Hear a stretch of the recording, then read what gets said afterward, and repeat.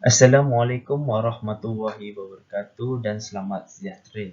Yang dihormati Dr. Wardah binti Mustafaddin dan rakan-rakan yang dikasihi sekalian. Baiklah, topik ulang kami iaitu topik 9. Cabaran kelestarian, etika dan peradaban. Ulang kami terdiri daripada 7 orang termasuk saya iaitu Azrul Azmi bin Ahmadi, Ahmad Faizal bin Fauzi, Muhammad Burhanuddin bin Jamri, Muhammad Sufyan bin Razali, Nur Amirah binti Azmi, Nur Afiqah binti Abdul Azim dan yang terakhir adalah Nurul Darwishah binti Ahmad Kazaluddin.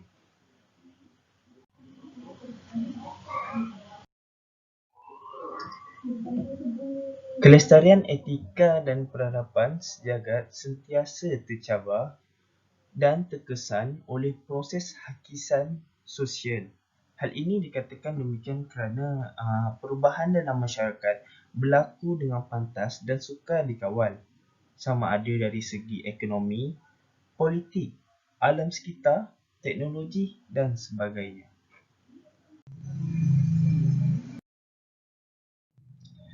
Defisit sosial dalam pembangunan. Defisit sosial adalah merupakan kekurangan dalam konteks sosial yang memerlukan usaha penyatu paduan berterusan untuk meningkatkan kesepaduan. Kekurangan ini disebabkan jurang perbezaan persepsi dan pendapat dalam kalangan kelompok yang berbeza bermula dengan individu, keluarga dan masyarakat. Defisit sosial dalam pembangunan negara boleh merujuk kepada golongan miskin tanpa mengira etnik di bandar dan dalam sektor pertanian serta negeri-negeri yang masih terperangkap dalam kemiskinan. Golongan ini masih berhadapan dengan masalah peluang dan akses kepada pendidikan serta kesihatan yang terbatas.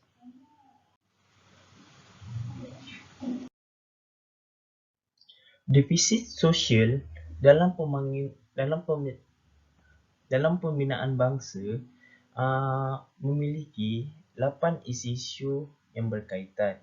Yang pertama adalah agama, di mana Malaysia mempunyai masyarakat yang berbilang agama yang merupakan satu keunikan yang sepatutnya diraih dan menjadi kebanggaan rakyat kita. Isu yang menyentuh soal perbezaan kefahaman mengenai agama telah menyebabkan perpecahan rakyat. Yang kedua adalah sosial, di mana pembinaan negara bangsa memerlukan kesatuan dan kesepaduan rakyat, apatah lagi dalam konteks keunikan Malaysia yang mempunyai rakyat yang berbilang bangsa, agama, budaya. Di sinilah pentingnya gagasan perpaduan dalam kepelbagaian. Hubungan harmoni dan kerjasama antara pelbagai kaum adalah kunci ataupun senjata utama untuk menghadapi pelbagai ancaman dan cabaran supaya negara kita dapat mencapai matlamat yang ditetapkan.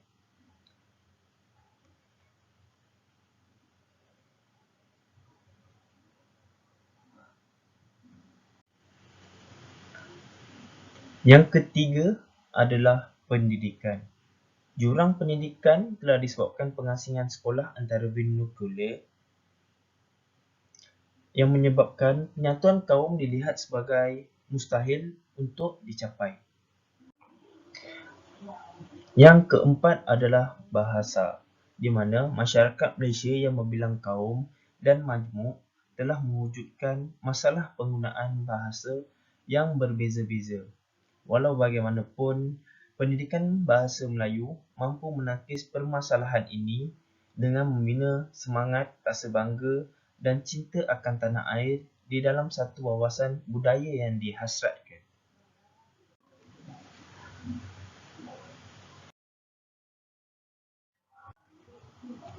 Yang kelima adalah jurang generasi.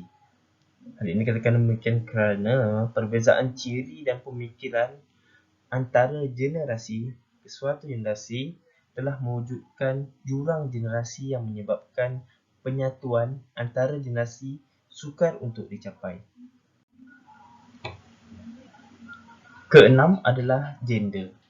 Setiap manusia dicipta berbeza gender iaitu lelaki dan perempuan yang sepatutnya menjadi sesuatu yang tidak lagi menjadi masalah kepada masyarakat.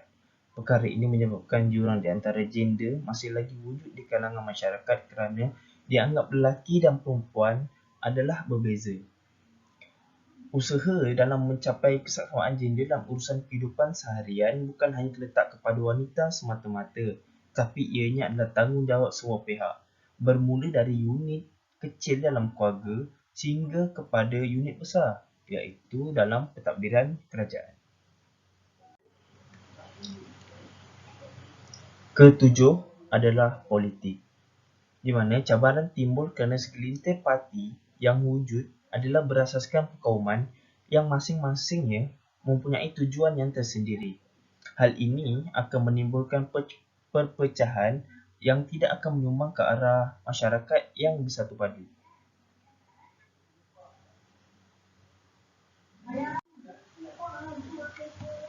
Kelapan adalah media. Penyebaran berita palsu atau fitnah berlaku secara berleluasa telah menanamkan sifat kebencian dalam diri masyarakat. Seharusnya perkara ini tidaklah berlaku kerana media sosial adalah satu platform bersosialisasi yang mempunyai banyak manfaat.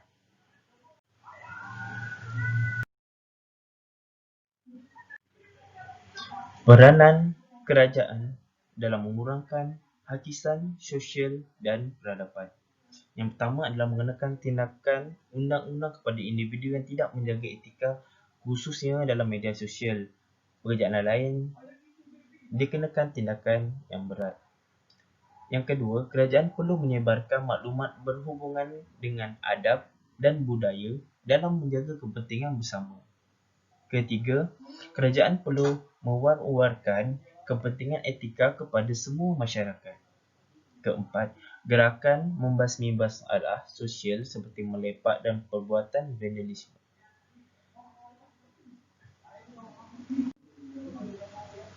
Kelima, memberikan pendedahan melalui pendidikan berkaitan etika dan nilai murni. Keenam, menyediakan pengajaran dan aktiviti yang berfaedah kepada masyarakat yang dapat membentuk etika dan membendung gejala yang tidak baik.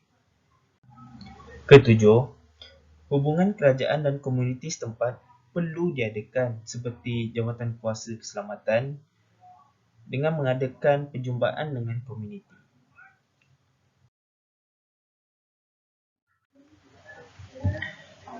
Black ekonomi dan rasuah terbahagi kepada 8. Yang pertama, pelacuran. Kedua, pekerjaan asing tanpa dokumen. Ketiga, pemerdagangan manusia. Keempat, rasuah dan agensi-agensi kerajaan. Kelima, pencemaran alam sekitar. Keenam, pembalakan haram. Ketujuh, dadah. Kelapan, judi.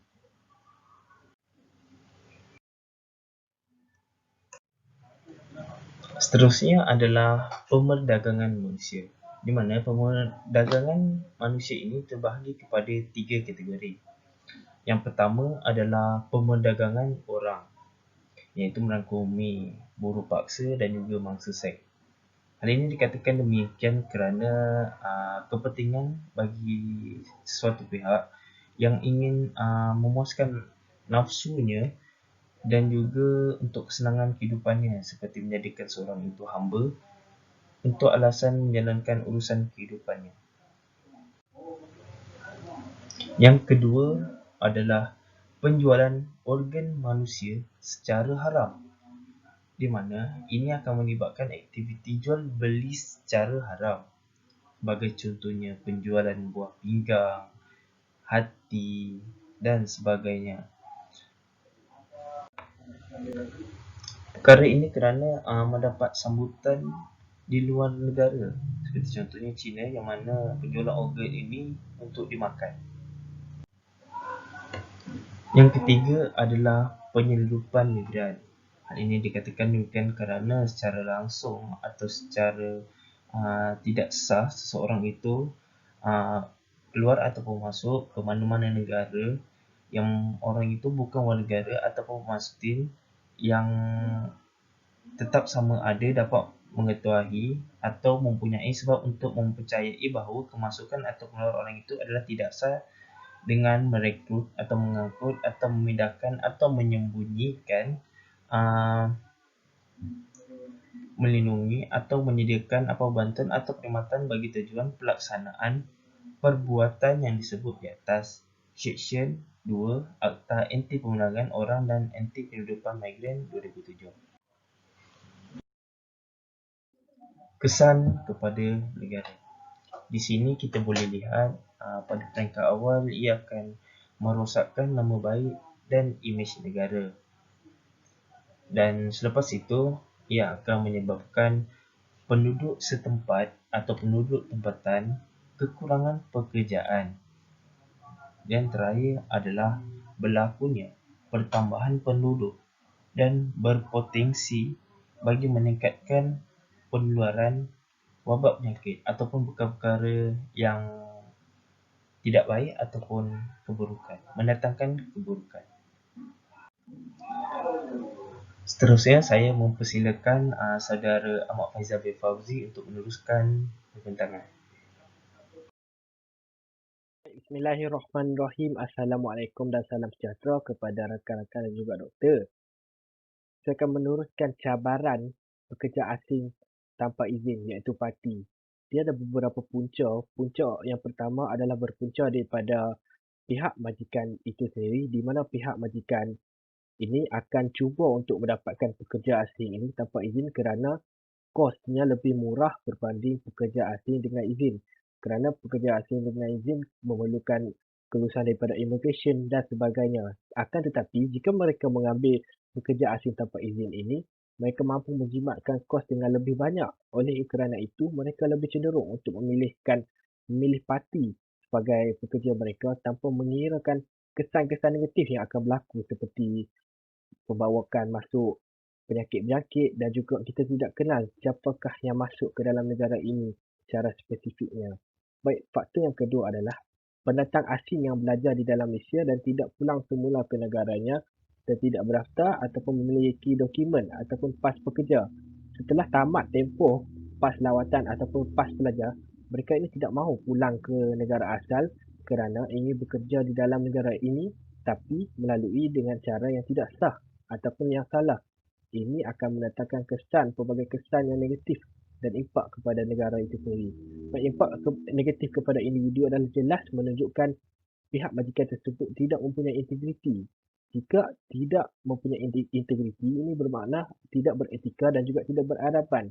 Dan ia jelas menunjukkan bahawa majikan tersebut bersikap materialistik, tidak beretika dalam alam pekerjaan dan melanggar undang-undang dalam negara.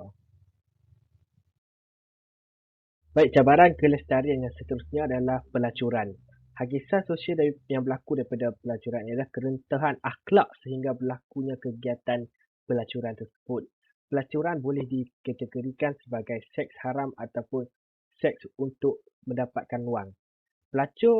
Pelacur ini boleh dibahagikan kepada beberapa kategori. Antaranya pelacur pasar, jalanan, permajikan, tukang urut, pelayan bar, pelacur bebas dan juga pelacur kehormat, di mana pelacur kehormat ini adalah mereka melacurkan diri kepada ahli-ahli perniagaan. Beberapa faktor telah dikenal pasti menjadi punca kepada aktiviti pelacuran ini. Antaranya faktor kewangan adalah merupakan faktor utamanya kerana terdesaknya untuk mendapatkan wang terpaksa menggadaikan diri menjadi pelacur. Yang faktor yang lainnya adalah keruntuhan moral, keruntuhan rumah tangga, masalah rumah tangga yang dialami, pengaruh daripada rakan sebaya, mungkin silap memilih rakan yang telah terlibat dalam aktiviti pelacuran ataupun seks bebas ini, dan juga media massa yang kita dapat lihat sekarang ini adalah tanpa sepadan dan boleh kita capai apa saja kita mahu, dan juga kelemahan iman dan juga jati diri. Impak negatif dunia pelacuran ini adalah berlakunya peningkatan kes penyakit berbahaya itu yang sudah pastinya seperti HIV, AIDS kerana kegiatan pelacuran ini akan melibatkan seks bebas. Negara juga kehilangan generasi dan pemimpin pada masa hadapan. Takkan kita nak harapkan pemimpin daripada kalangan pelacur, betul tak? Dan seterusnya, kadar jenayah juga akan meningkat sejajar peningkatan keruntuhan akhlak yang tinggi dalam masyarakat kita pada hari ini. Keruntuhan institusi keluarga dan masa depan anak-anak akan menjadi terbiar, dan ini akan mendatangkan kesan yang negatif kepada masa depan negara kita. Adalah judi. Kenapa judi ini mendorong kepada hakikat sosial dan peradaban? Kerana judi ini merupakan satu kegiatan yang melibatkan risiko. Apa risikonya? Risiko iaitu berkemungkinan untuk kalah itu lebih tinggi daripada menang. Sebagai contoh, sekiranya mempunyai 5 orang dalam pertaruhan dan mereka meletakkan satu harga itu, contoh sebanyak RM10, dan hanya seorang akan menang daripada pertaruhan tersebut, maka yang 4 yang lain akan rugi daripada pertaruhan tersebut. Maka bukankah itu sangat-sangat merugikan mereka semua dan hanya menguntungkan satu pihak sahaja? Baiklah, apa faktor perjudian ni? Faktor yang pertama adalah faktor situasi, iaitu tekanan ataupun ajakan daripada rakan-rakan untuk menyertai apa-apa aktiviti perjudian. Ini adalah racun daripada rakan-rakan ingin menyatakan bahawa melibatkan diri dengan judi ini dapat meningkatkan kewangan, dapat rilis stres dan akan menjadi seorang yang bergaya dengan berjudi. Faktor yang kedua adalah faktor persepsi. Cenderung menganggap bahawa kemenangan dalam perjudian adalah satu keterampilan yang dimiliki. Itu yang dimaksudkan tadi. Menganggap bahawa kemenangan dalam perjudian ini akan dianggap gah, bergaya dan juga segak di mata orang. Faktor yang ketiga adalah faktor persekitaran, iaitu penubuhan pusat-pusat permainan yang melibatkan unsur-unsur perjudian. Kita dapat lihat di dalam negara kita sendiri berapa banyak pusat judi yang beroperasi, sama ada secara dilesenkan ataupun secara haram. Kerana judi itu memang haram, kita tidak boleh anggapnya sebagai satu yang halal di sisi Islam terutamanya.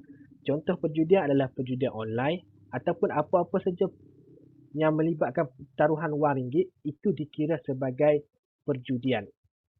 Kesan perjudian kepada seseorang individu adalah kepentingan kerja diabaikan. Banyak masa digunakan untuk tujuan perjudian sahaja. Masalah jenayah juga berlaku. Hal ini kita dapat lihat terjadi kepada masyarakat kita di mana mereka telah kehabisan wang untuk menjalankan aktiviti perjudian ini, maka mulalah untuk mencari jalan-jalan yang lain seperti merompak, menyamun dan sebagainya untuk mendapatkan wang untuk pergi berjudi. Seterusnya adalah pembalakan. Definisi pembalakan haram. Apa-apa sahaja kegiatan penebangan hutan simpan dan hutan tanah kerajaan yang menyalahi undang-undang dan peraturan yang telah ditetapkan oleh pihak berkuasa kerajaan akan dianggap sebagai pembalakan haram. Namun begitu, pembalakan halal juga akan menyebabkan kerosakan kepada alam sekitar. Sekiranya anda berada di Kedah ataupun Kelantan, anda akan terkenal dan terbiasa dengan aktiviti pembalakan ini dan anda sendiri dapat melihat gunung ganang Bukit Bukau yang telah ditarah sehingga botak untuk menjalankan aktiviti pembalakan ini sama ada haram ataupun halal. Baiklah, pembalakan merupakan aktiviti yang menjalankan penebangan hutan bertujuan untuk mendapatkan hasil kayu atau menjalankan pembukaan tanah baru untuk tujuan pembangunan.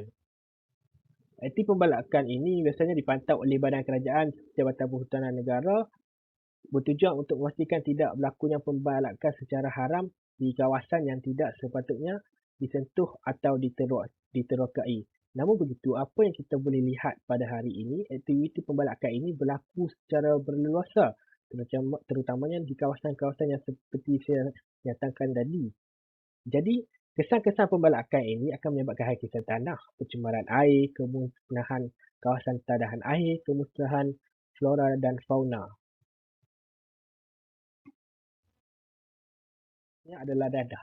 Apa yang ditafsirkan sebagai dadah ataupun ubat ini? Dadah ialah bahan yang digunakan untuk merawat penyakit, mengurangkan simptom atau mengubah suai proses kimia di dalam badan untuk tujuan tertentu. Tujuan kesihatan lah. Penyalahgunaan dadah pula didefinisikan sebagai corak penggunaan sesuatu bahan terlarang, bahan dadah di mana penggunaannya adalah melebihi ataupun tidak dibenarkan, iaitu untuk tujuan hayal dan bukan untuk tujuan kesihatan.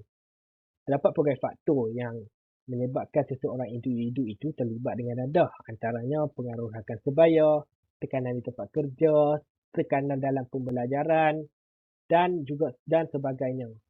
Terdapat kesan buruk, tidak ada kesan yang baik di dalam penyalahgunaan dadah ini. Dan antara kesan dia adalah wujudnya peningkatan kes jenayah. Ini sudah terang lagi bersuluh dan kita dapat melihat situasinya di dalam negara kita sendiri di mana mereka ini sanggup melakukan apa saja asalkan dapat wang untuk membeli bahan terlarang tersebut. Sehingga kan ada satu kes mereka ini sanggup untuk membunuh mak ayah mereka sendiri kerana untuk mendapatkan wang untuk membeli bahan terlarang tersebut. Dan ia yang memberi kesan kepada perpaduan, pembangunan dan juga kemajuan masyarakat, gangguan emosi hingga menjejaskan kehidupan berkeluarga dan masyarakat.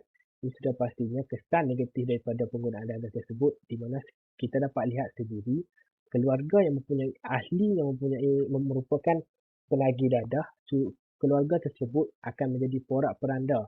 Itu sudah semestinya. Dan pengambilan dadah ini penyalahgunaan dadah ini sudah tentunya memudaratkan kesihatan dan tidak dapat membantu untuk menyihatkan kesihatan kita. Dan ia menjejaskan keamanan dalam negara itu sendiri. Ini sudah pasti kerana dadah tidak memberikan sebarang manfaat pun kepada negara, masyarakat maupun individu itu sendiri.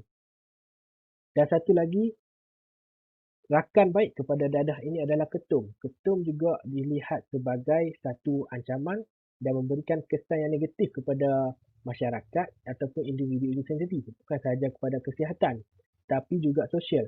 Namun, ketum ini tidak dilabelkan sebagai penyalahgunaan dadah, tapi dilabelkan sebagai penyalahgunaan racun. Adalah rasuah di dalam agensi kerajaan. Amalan rasuah melibatkan pejabat awam khususnya dalam kalangan agensi penguatkuasa kerajaan sering mendapat liputan luas laporan berita tempatan kerana urusan mereka melibatkan kepentingan awam secara keseluruhannya. Keterlibatan pejabat awam khususnya agensi penguatkuasa kerajaan di dalam gejala rasuah ini adalah satu situasi yang sangat membimbangkan dan akan memburukkan keadaan negara kita ini. Penularan amalan rasuah ini seperti yang dilaporkan dalam laporan berita bukan hanya tertumpu di kalangan anggota biasa agensi penguasa tetapi turut berlaku dalam kalangan kumpulan pegawai yang berjawatan tinggi.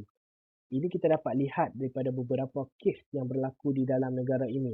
Namun kerana harta dan pangkat, kes tersebut berjalan dengan begitu lama sehingga ada setengah kes itu digugurkan tanpa diketahui oleh awam pun. Itulah kemelut ataupun perkara yang berlaku, situasi yang buruk sedang berlaku di dalam negara ini di mana kita dilihatkan seakan-akan situasi rasuah itu terkawal.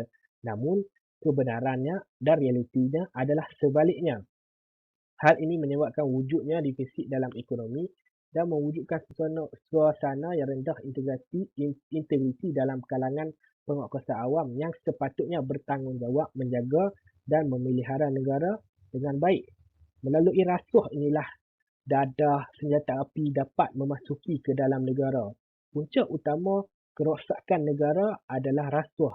Sekiranya rasuah ini tidak ditangani, maka masa hadapan negara sudah tentu akan gelap dan akan dibarisi oleh pemimpin-pemimpin dan juga barisan penguatkuasa yang hanya memandang wang semata-mata dan melakukan apa sahaja untuk memastikan kepentingan peribadi mereka tercapai walaupun tergadainya negara kita.